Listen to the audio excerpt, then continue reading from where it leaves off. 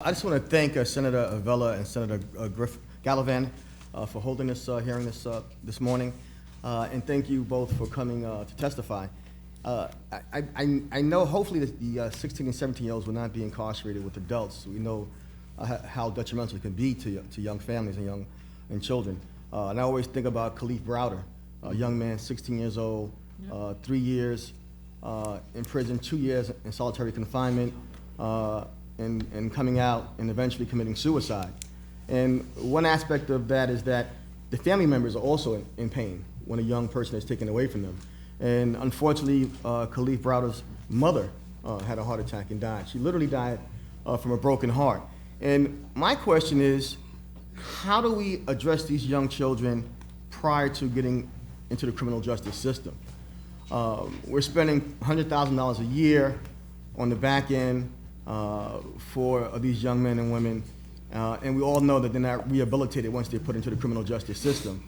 You mentioned mental health is an important component. We all know that the largest facility that has the most mentally ill patients than all the other facilities combined in the state is Rikers Island. And Rikers Island should not be a place for people with severe mental disabilities. So my question to both of you is, we know that the family status is an important component. We also know that the mental health is an issue in the child's life. And we also know that a quality education is something that is desperately needed in social services.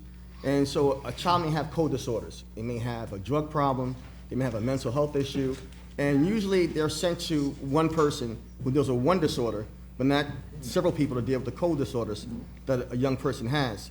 So my question is, when a young child is identified with an issue, usually they're in school, and actually right now we're introducing a mental health 101 bill.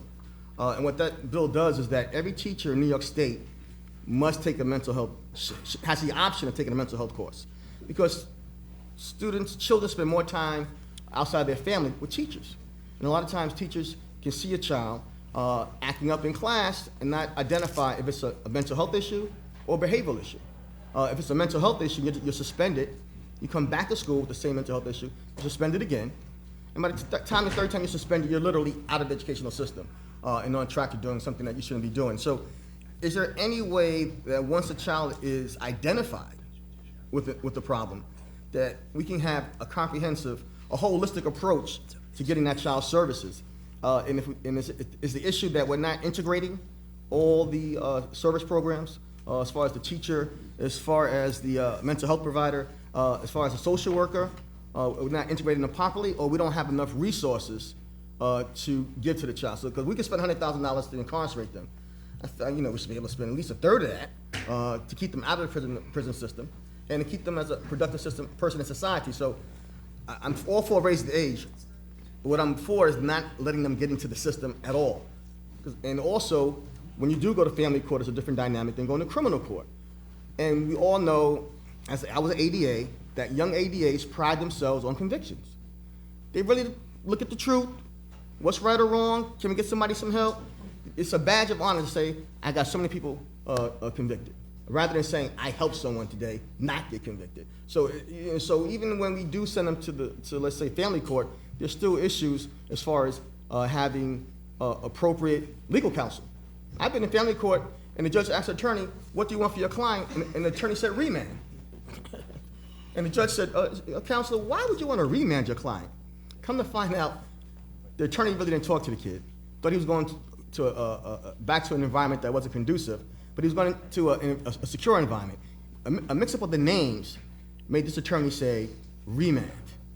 And had the judge not said, like I'm sure you would have, Judge Armstrong, said, wait a minute, why would you want to remand? Why would any attorney want to remand their client, rather than say, well, let's get this kid some help? Mm-hmm. So even when we get past the family court and criminal court, we still have the issues within the system itself that causes problems. So I guess my question to you is the issue of integrating resources something that we haven't done, or is it a question of we don't have enough resources to get it done?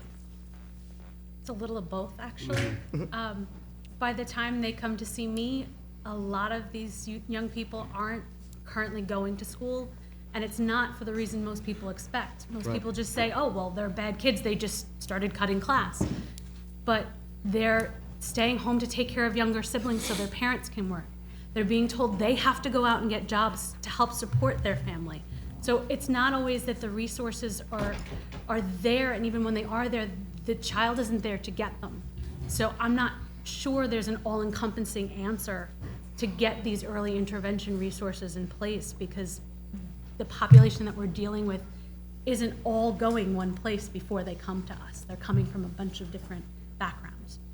Senator, you mentioned the tragic case of Khalif Browder, and 16 or 17-year-old, the bail was low, but the family wasn't able to make the bail.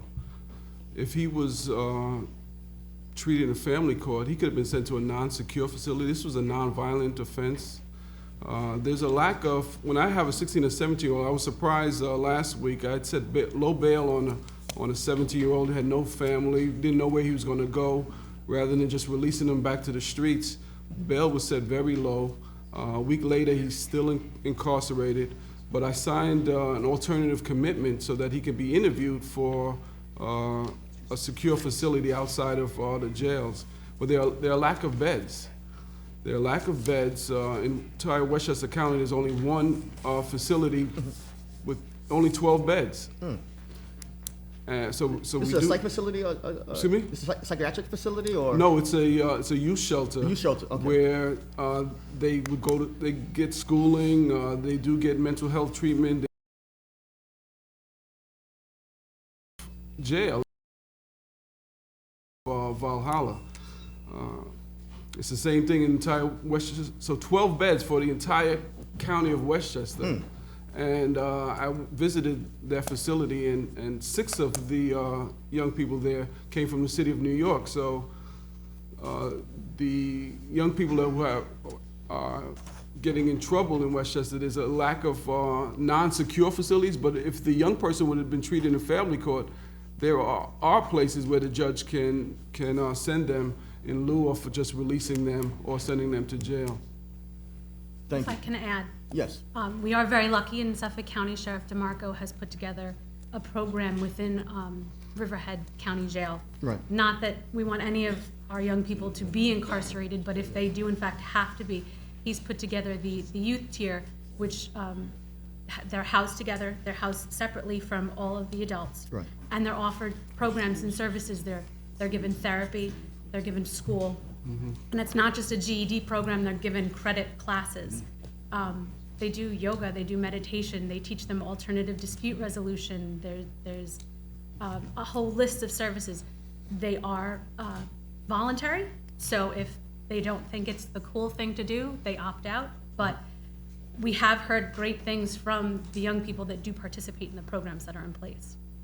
Thank you both for that.